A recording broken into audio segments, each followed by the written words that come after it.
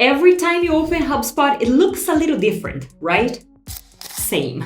In today's video, I'm walking through the most relevant updates so you don't have to play Where's Waldo with your CRM. Quick note, I'm recording this in September 2025, so depending on when you're watching, the UI might have shifted a pixel or 12. Hi, I'm Talita. I'm a HubSpot consultant since 2018, and I can't tell you how many times clients message me like, Talita, oh my God, HubSpot changed and I'm lost. So I'm making these rundowns more often. Okay, let's go. Okay, so the very first one is lists are now called segments. So the lists tool got a glow up and a new name. It's called segments now. Functionally, it lives in the same spot and works the same way, right? With some smarter options. So you're going to click on create segment instead of create list. Obviously, you're going to choose your object. You're going to click next. You're going to add your filters. And at the end, when you're done, you're going to select whether you want that segment to be active or static. So the process of creating is the exact same, except now, they're going to be called segments and not lists. So yeah, just a fun and quick update there. Here's the second one, leads. For all my B2B teams juggling multiple attempts to qualify prospects, this is your new best friend. Leads are now a first-class CRM object inside HubSpot. They are designed to track pre-deal prospecting or qualification without trashing your pipeline or abusing lead status.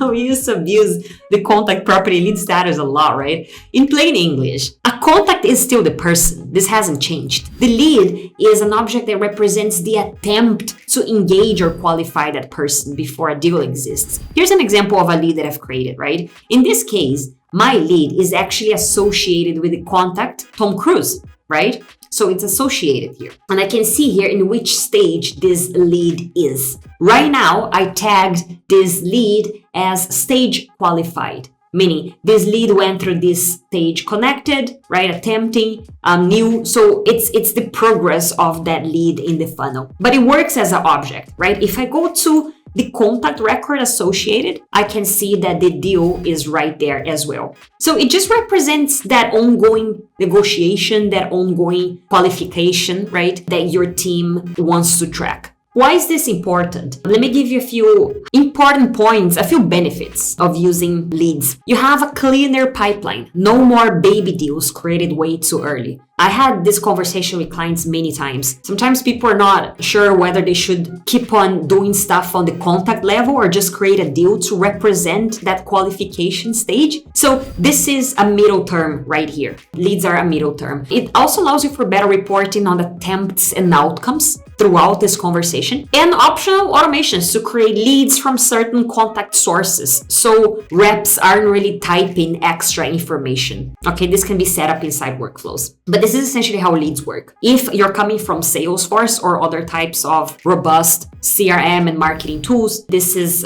you'll be very familiar with the concept of leads. Let's talk about forms now. If you haven't opened the forms section lately, do it. There is a cleaner form editor with drag and drop, okay? So I'm inside the forms section. Let me just click next here and start from link to show you what I mean. So this is a drag and drop form builder, right? The cool thing is that your after form submission actions live right here in the same flow. It was set up in a different way previously, where we had to navigate to another page to set up what happens after someone fills out a form. So here you can design the form and what happens next without bouncing around too much, right?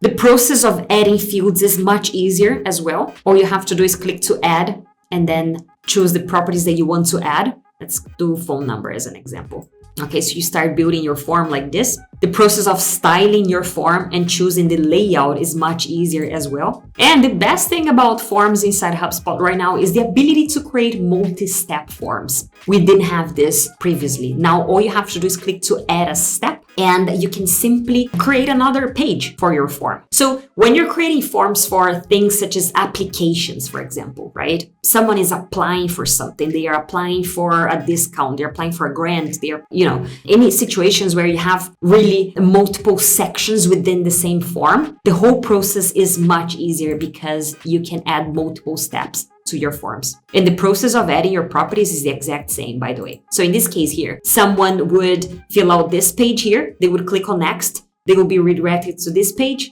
and then they will click on submit, and then they will see the thank you message, right? Which can also be changed to a URL redirect. Native multi-step forms mean fewer, let's say, rage quits on long forms. And for many teams, no more third-party form tools just to do steps. Previously, we used to connect HubSpot with tools such as Typeform and other types of form builders that would allow multi-step forms. Now we no longer have to do this because the whole thing is native to the Forms tool. Here's the next update, journeys located inside the Marketing Hub. A few students and clients have been asking me about journeys lately, so let's talk a little bit about that. A journey will remind you of a workflow in how it's built, right? Typically, we start somewhere and people, they move down the funnel if they engage. In simple words, basically, right? So we'll remind you of a workflow with branches there. Let me just show you this quick journey that I've created here. Everything starts when someone is added to the founders list. Okay, this is a list I have created inside HubSpot, and their journey stage is new contact. So they're a new contact, right? And they get added to this list here. We send them an email, right? And then we wait for a few days and see whether they have filled out a specific form or not. If they have filled out that form within those 5 days, then they get redirected to the mid-intent part of the journey, which is another journey, right? And if not, they are still in the nurturing stage of the funnel, so to say, right? And so it's a little bit more complex in the sense that you have journeys inside journeys, right? For example, here, my mid-intent journey is actually another one. It looks very similar to this, and it has other steps, and it's actually located inside this one here, right? And so I have journeys inside journeys. And so the structure is more or less the same, but actually I cannot automate as much as I can inside a workflow, for example. So in terms of marketing actions, I can work with multi-channel, right? I can send people emails, WhatsApp messages. I can create tasks, change properties, send notifications to my team, but that's about it, right? So it's more around communication. It's more around nurturing. Journeys are your visual campaign map. Think of it as a canvas for multi-stage behavior-driven experiences that you can see end to end. Workflows, on the other hand, they are your automation engine. So think of the workflow as this is a place for me to update data, assign tasks, move pieces around in a very reliable way. Journeys are more around designing and optimizing the customer path. We're focusing on the customer journey here, right? Whereas workflows is really the place to automate pretty much anything we want in the business. Associated more with operations from now onwards, and journeys more with marketing. I would say that. Okay, here are some differences. Inside a journey, each contact enrolls only once. Okay, you guide them through the stages. For example, here they go from new contact to mid-intent. Let's take a look at another journey. Mid-intent journey starts here. So if I click on it, this is a whole nother thing. It's another journey similar to that one. I have to set it up here. As soon as someone gets qualified as mid-intent, right? They are in the mid-intent stage of my journey. What do I want to do with them? Do I want to send them a specific email, a WhatsApp message? What do I want to do with them? And then what is the next step from here? I would say the next step from here would be high intent, right? And so I actually have to go ahead and set up this value here. Let me just go ahead and set the journey stage to high intent. So the idea is that they go from mid intent to high intent. And if not, they get sort of downgraded, so to say, right? So journeys are for mapping the whole story and measuring conversion, okay? Workflows are, once again, your place to do data cleanup, internal alerts, repetitive follow-ups, any types of operational processes that have to be set up in an automated basis, right? This is the main difference between journeys and workflows. From now onwards, I am already advising clients and students to associate journeys inside HubSpot more with marketing, right? And workflows more with operations. Marketing, of course, sales as well, but definitely more operations. Is the operational side of, automating things inside HubSpot. This is how I would differentiate them. It takes a while to learn how to set up a journey. I will be publishing content here in the channel on the topic as well. So definitely subscribe to the channel so you can be notified as soon as I publish a video on how to set up journeys from scratch. And to wrap up this video here, AI basically everywhere. I think you probably noticed this. I don't have to, this is no news for you probably. HubSpot went all in on AI this year, and here's how to use it without getting overwhelmed. So the first one is the assistant that you have here, right? This is actually embedded across different HubSpot features. So you'll find this here in the top right corner. Let's say you want to use the assistant to prepare for a meeting, right? The assistant works with your CRM. It helps you understand your CRM context, your CRM data. You can prepare for a meeting, you can analyze records, generate content, do whatever you want. Let's just work with an example here. I'm looking at my CRM. Obviously, it's full of fictional contacts, okay? None of these people are real contacts, even, because just look at their names here.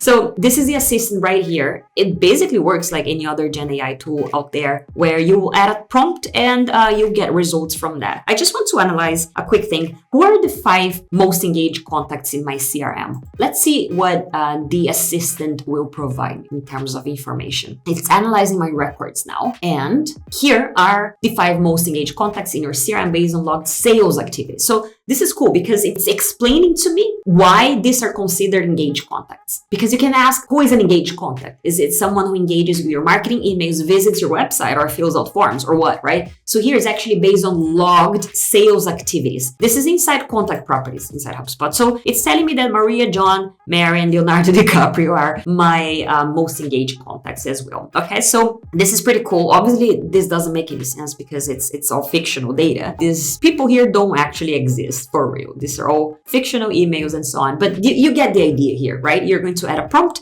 and you're going to get results from that. This is perfect for quick analysis without having to work with advanced filters, create lists, and things like that. You also have the ability to create a workflow with AI as well. As I told you, the assistant is embedded into other features, pretty much all features inside HubSpot. You can describe what you want. For example, I want to create a workflow that is an email sequence with 3 emails and 2-day delays in between and blah, blah, blah, right? You literally just describe what you want and HubSpot will create a workflow for you. I have another video on the topic, so I'm not going to go through the same step-by-step here. If you're interested in learning how to create HubSpot workflows with AI, please check the video that I have in the description below. You can also create content with AI as well. So for example, I'm looking at the blog editor right now. This feature is located inside the Content Hub. I have the ability to create a whole blog post with a prompt, right? Write a blog post about whatever, top social media marketing strategies for small business. It's basically using ChatGPT, Gemini or any other Gen AI tool out there for creating content for you. Except in this case here, the whole structure will be added directly inside HubSpot. Okay, HubSpot will be doing this for you. You can use the assistant to draft on brand, copy, repurpose assets, keep voice guidelines consistent. It is really, really great for speeding up first drafts. And then you can polish on your own, okay? So all you have to do is add a prompt here and the tool will create a blog post for you in this case here. And the same is valid for landing pages, website pages, and so on.